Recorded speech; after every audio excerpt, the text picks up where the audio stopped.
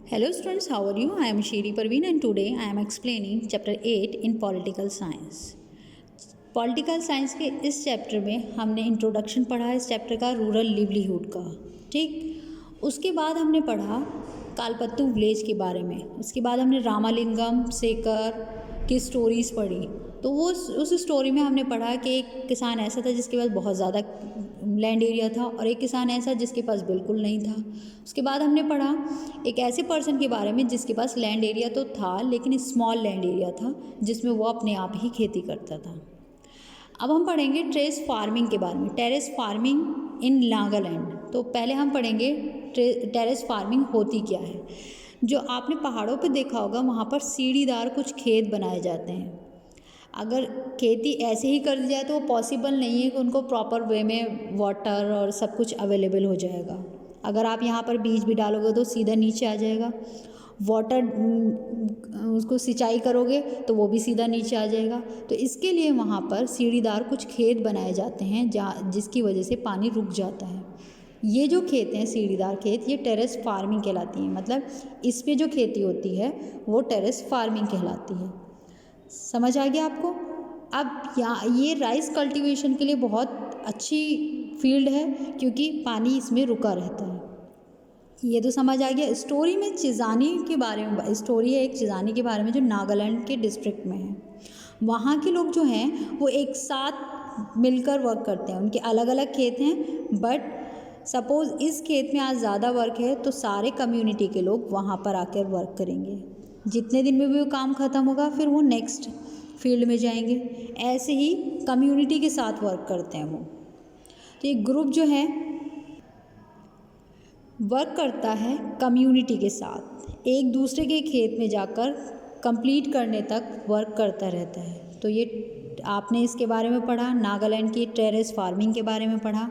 I hope आपको समझ आ गया होगा। नेक्स्ट हम पढ़ेंगे agricultural labourers and farmers in India. India में एग्रीकल्चरल लेबरर्स कैसे होते हैं और फार्मर्स कैसे होते हैं इंडिया में। तो हमने कालपत्तू विलेज में तुलसी के बारे में पढ़ा था, सेकर के बारे में पढ़ा, रामालिंगम के बारे में पढ़ा। तो ये तीनों ऐसे थे, एक के पास बिल्कुल लैंड एरिया नहीं था, लैंडलेस पर्सन था वो।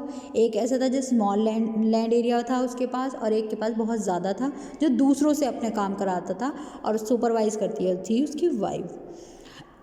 अगर हम इसको एनालाइज करें तो क्या होगा, जो एग्रीकल्चरल फैमिली हैं वो 2/5 पार्ट हैं रूरल फैमिलीज़ में।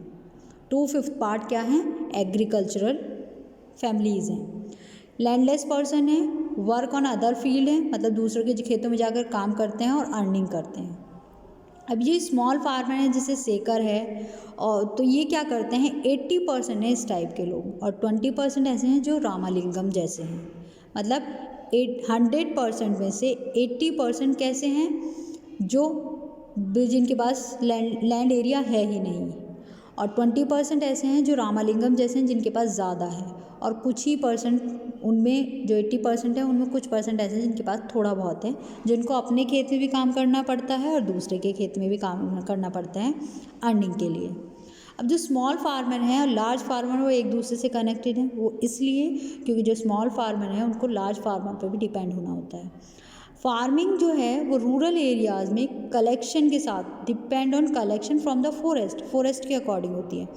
एनिमल्स हंट्सबेरी है और डेयरी प्रोड्यूस है, फिशिंग एक्सेट्रा, इसके अलावा भी अलग एक्टिविटीज़ हैं।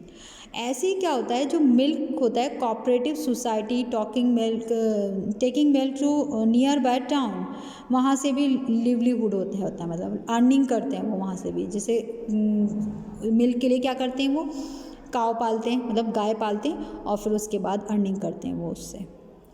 कोस्टल एरिया में फिशिंग विलेजेस भी हैं कुछ, तो उसके बारे में हम नेक्स्ट उसमें पढ़ने वाले हैं। नेक्स्ट हेडिंग हम जो पढ़ेंगे वो फिशिंग विलेजेस के बारे में पढ़ेंगे। अरुणा एंड पारीविलन, इसमें ये जो पार्ट है ये कालपत्तू विलेज के बिल्कुल पास में है। ये एरिया जो है यहाँ पर लोग अर्निंग करते हैं किससे, फिशिंग से, मतलब मछलियाँ पकड़ते हैं और उसके बाद अर्निंग करते हैं, उसको बेचकर अपनी जीविका चलाते हैं।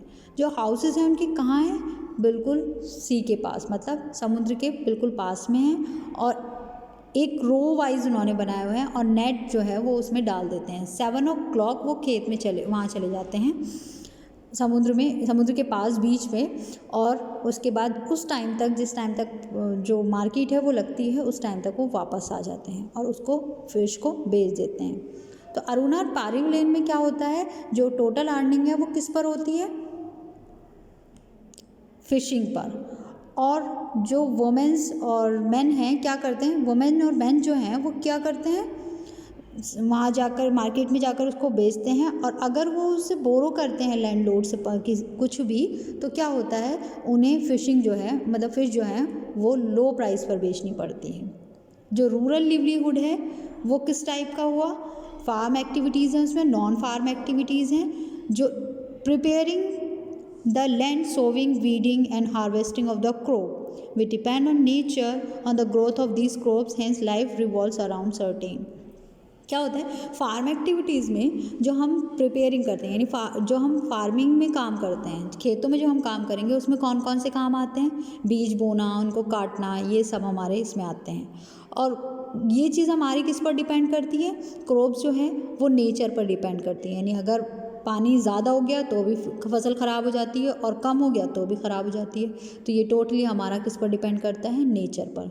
और नॉन फार्मिंग एक्टिविटीज़ क्या क्या हैं हमारी, वो देखिए, dairy farming, fishing, trading, labours, ये हमारी नॉन फार्मिंग एक्टिविटीज़ हैं, यानी जो मजदूरी है वो भी खेतों में भी हो सकती है, बाहर भी हो सकती है। एंड फिशिंग भी हम क्या करते हैं, समुद्र में सी के पास जाकर, और छोटे छोटे तालाब हैं वहाँ जाकर हम मछलियाँ पकड़ सकते हैं। तो वो जो नॉन फार्मिंग एक्टिविटीज़ हैं वो हमारी हैं। डेयरी फार्मिंग जैसे जानवर पाल कर उनका दूध बेच कर कुछ अर्निंग करते हैं, तो वो नॉन फार्मिंग एक्टिविटीज़ में आ गई। रूरल लिवलीहुड जो है वो एक चैलेंज है, मतलब कुछ प्रॉब्लम्स भी आती हैं उसमें। जो मोस्ट ऑफ द फार्मर हैं वो क्रॉप्स को, उनकी जो क्रॉप्स है उसकी जो रिक्वायरमेंट है वो रिक्वायरमेंट ज़्यादा होती है, और जो वो सेल करते हैं उसमें उनको अर्निंग कम होती है। वो इसलिए क्योंकि जब वो पहले ही बोरो कर लेंगे तो उनको लो प्राइस पर देना होगा। जो ट्रेडर्स हैं वो उनको ही सेल करना होगा जिनसे उन्होंने बोरो किया है मनी को, यानी पहले ही जब उन्होंने मनी ले ली उनसे तो वो उन्हीं को सेल करेंगे लो प्राइस पर। अब जो फैमिलीज़ हैं उनको बोरो की ज़रूरत होती है, मतलब उधार लेने की तो ज़रूरत होगी जब उनके पास लैंड एरिया कम है और उनकी अर्निंग भी कम है। तो वो क्या होगा, वो उनकी जो अगर उनके स्पेंड मतलब उनकी जो खर्चे हैं वो अगर ज़्यादा हो जाते हैं या फिर फसल कभी ख़राब हो जाती है तो उनको बोरो भी करनी पड़ती है मनी, किससे, लैंडलॉर्ड से। मोस्ट ऑफ द फैमिलीज़ ऐसी हैं जो रूरल एरिया में रहती हैं और उनके पास इतना वर्क नहीं है। वर्क से मतलब है कि लैंड एरिया नहीं है तो वो अपना काम तो नहीं कर सकते, बट दूसरे के जाके वो काम करते हैं तो उनको उसके लिए कम मिलता है। जैसे कि एक जो लेबर था उसको 40 रुपीज़ पर डे के अकॉर्डिंग मिलता था, तो पर 40 रुपीज़ में तो नहीं हो पाएगा उसकी फैमिली का खर्चा पूरा।